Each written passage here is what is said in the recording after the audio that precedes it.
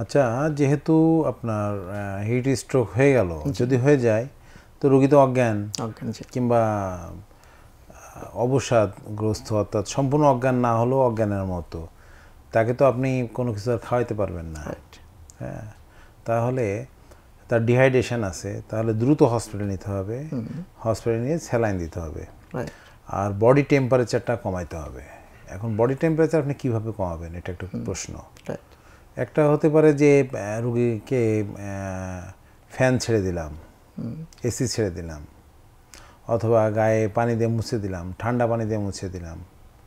আমরা অনেক সময় ফ্রিজে বরফ রাখি, আমাদের যাদের এরকম টেম্পারেচার অনেক বেশি 104-105, আমরা বরফের এই যে ছোটো ছোটো বক্স রাখি, এইগুলা বগলের নিচে দুইটা, ঘাড়ের দুই পাশে, রানের চিপায়, এদিকে সব দিয়ে দিই টেম্পারেচার কমানোর জন্য। হ্যাঁ, অথবা আমরা অনেক সময় কী করি, ঠান্ডা স্যালাইন, ফ্রিজে স্যালাইন থাকে, স্যালাইনের প্যাকেট ফ্রিজে থাকে, ওইটা আমরা পুশ করে দিলাম। দিলে দ্রুত টেম্পারেচার কমে যায়।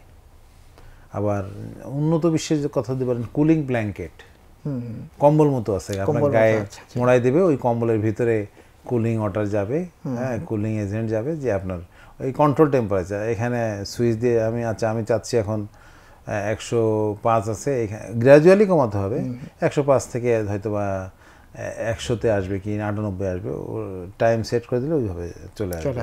হ্যাঁ, কুলিং ব্ল্যাঙ্কেট।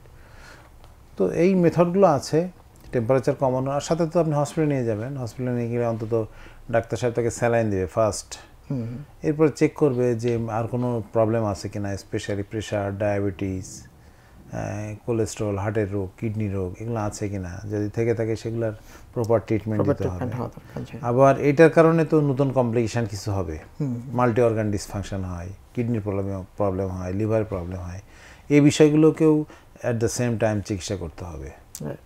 মোটামুটি এগুলা। তবে সবচেয়ে ভালো হলো যে কোনোভাবে হোক, ওই যে যার না হিট স্ট্রোক হলো তাকে ঠান্ডা কুল পরিবেশে নিয়ে এসে দ্রুত হসপিটালে নিয়ে যাওয়া।